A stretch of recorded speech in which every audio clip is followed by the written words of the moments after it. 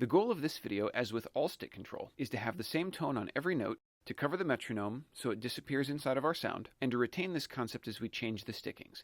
In this case, the stickings and motions are very different in each pattern, so we put special emphasis on this transition.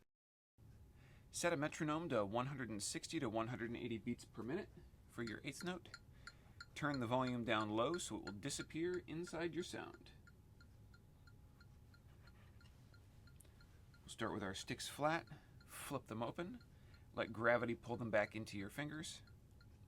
Then we're going to alternate right, left in eighth notes. Notice the large wrist gesture and the weight of the whole hand falling. The next sticking is doubles, right, left. We're going to count 1, 2, 3, 4 with the beat and change. 1, 2, 3, 4, right, left.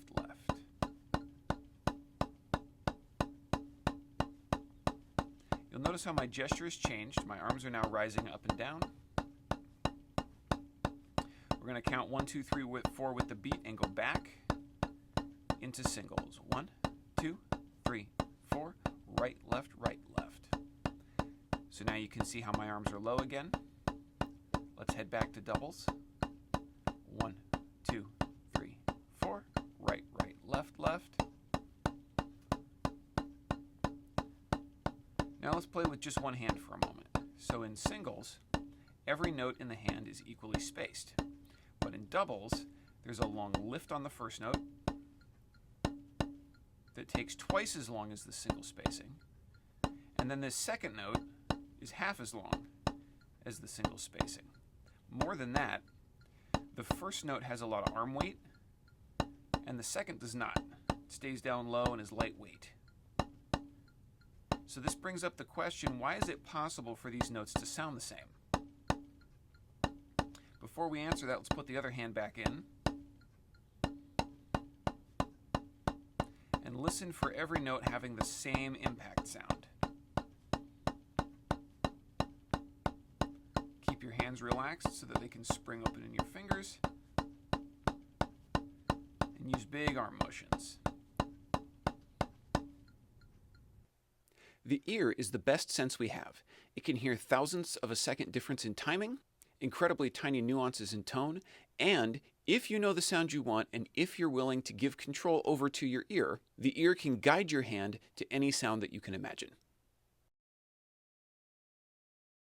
Mechanically, percussion is the realization of the kinetic energy equation.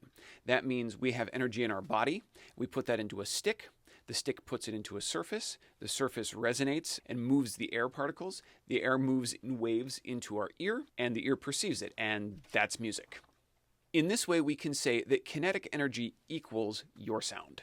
The kinetic energy equation has two parts, one having to do with the weight of your stroke and the other having to do with the speed of your stroke. The equation itself is kinetic energy equals 1/2 mass times velocity squared. This means if we change the weight of a stroke or the amount of weight delivered into the surface, we're going to cut that amount in half, whatever that change is, in terms of the amount of energy. So this is great if we want to have nuanced and subtle changes because we can feel a large change in weight in our playing, and yet only half that change is realized in the sound.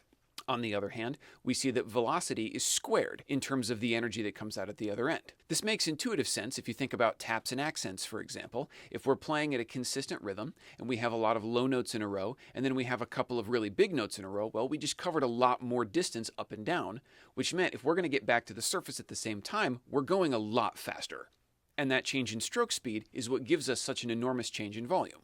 Now, obviously, we can't be doing a lot of math while we're drumming. That's distracting.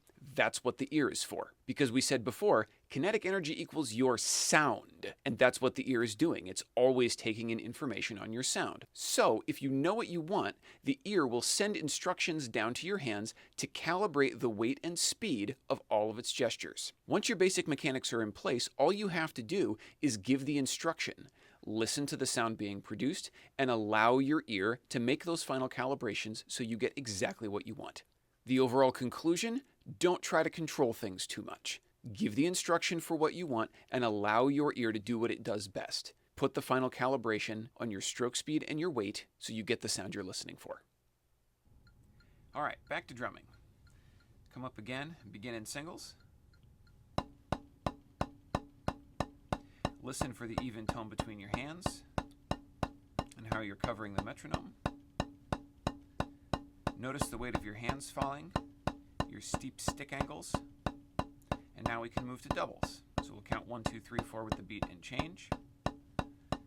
1, 2, 3, 4, right, right, left, left. Raise your forearms, watch your hands travel up and down. Feel the weight falling all the way from back at your elbow. Listen for the same tone on each note. Allow your ear to adjust any inconsistencies in your sound. When we're happy with this, then we go back to singles. Count 1, 2, 3, 4 and switch. 1, 2, 3, 4, right, left, right, left.